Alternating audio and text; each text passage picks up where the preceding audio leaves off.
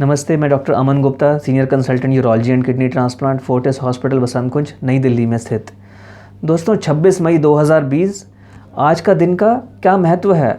आज world bed wetting day है। दोस्तों, वर्ल्ड बेड वेटिंग डे क्यों मनाया जाता है? बेड वेटिंग यानी काफ़ी बच्चों में आपने देखा होगा कि वो बिस्तर गीला कर देते हैं एक उम्र के बाद। उनका यूरिन का कंट्रोल नहीं रहता है, वो नींद में यूरिन अपना जो है कपड़ों में या बेड पे पास कर देते हैं।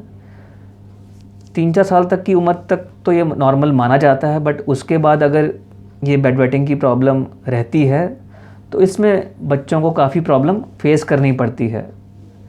तो आज हम बात करते हैं कि बेड वेटिंग क्यों होती है, इसका क्या इलाज है और ये इसका इलाज करना क्यों ज़रूरी है।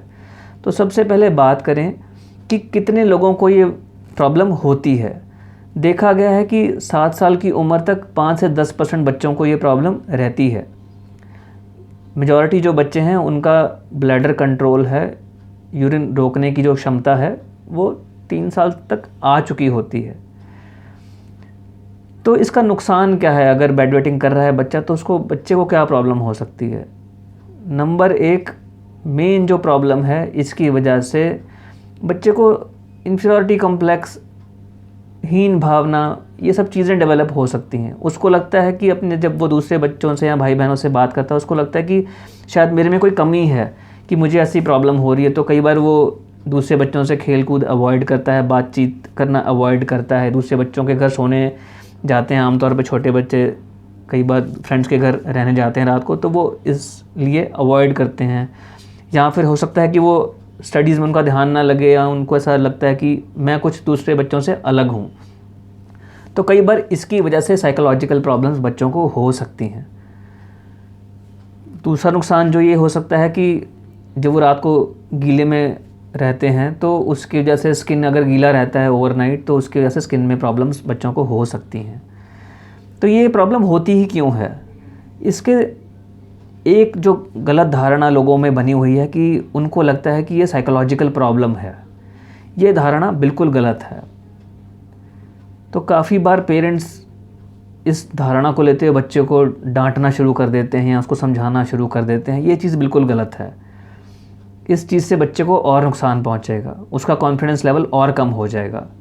कारण 2 ही कारण होते हैं। नंबर 1, शरीर जो है यूरिन ज़्यादा बना रहा है।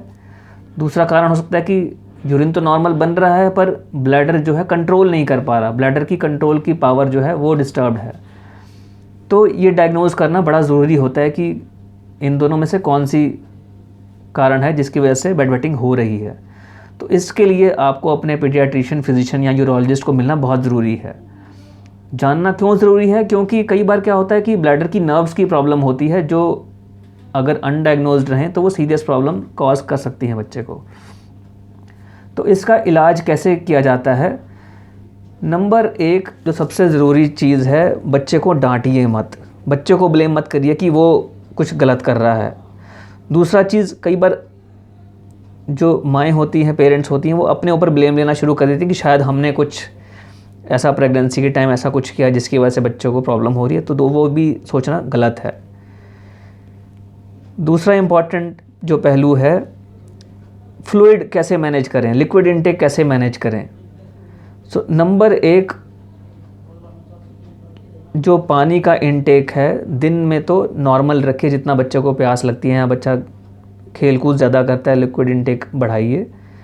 जो लिक्विड्स अवॉइड करने हैं जिसकी वजह से यूरिन बहुत ज़्यादा बनता है वो हैं, जैसे कोल्ड ड्रिंक्स होते हैं, बच्चों को शौक़ होता है पीने का, सोडाज़ हैं, या फिर कैंड फ्रूट जूसेस हैं, या फिर हॉट चॉकलेट है, चाय है, कॉफ़ी है। इन सब चीज़ों से यूरिन बहुत ज़्यादा बनता है और बेड वेटिंग के चांसेस ज़्यादा बढ़ जाते हैं। तो ये चीज़ें रिस्ट्रिक्ट कर देनी चाहिए।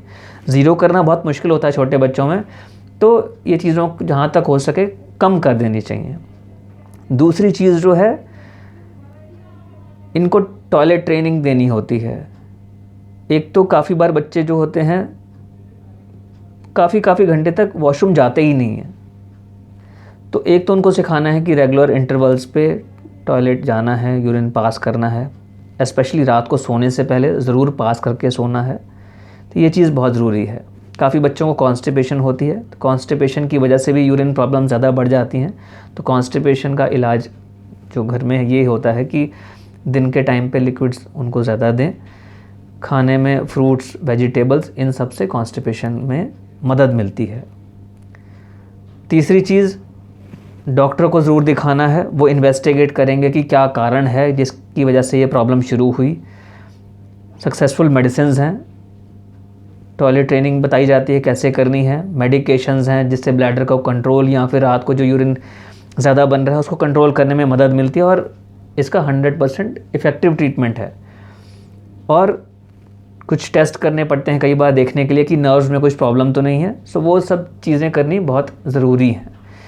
इसलिए दोस्तों, अगर आपके परिवार में कोई बच्चा है या आपके फैमिली में कोई और या आपके फ्रेंड्स में कोई ऐसा बच्चा है जिसको ऐसी प्रॉब्लम्स हो रही हैं, तो इसको इग्नोर मत कीजिए, जागरूक रहिए कि ये एक ज़रूरी चीज़ है जिसका 100% कामयाब इलाज है। तो इस चीज़ को ज़रूर एड्रेस कीजिए और अपने डॉक्टर से ज़रूर मिलिए। Thank you so much.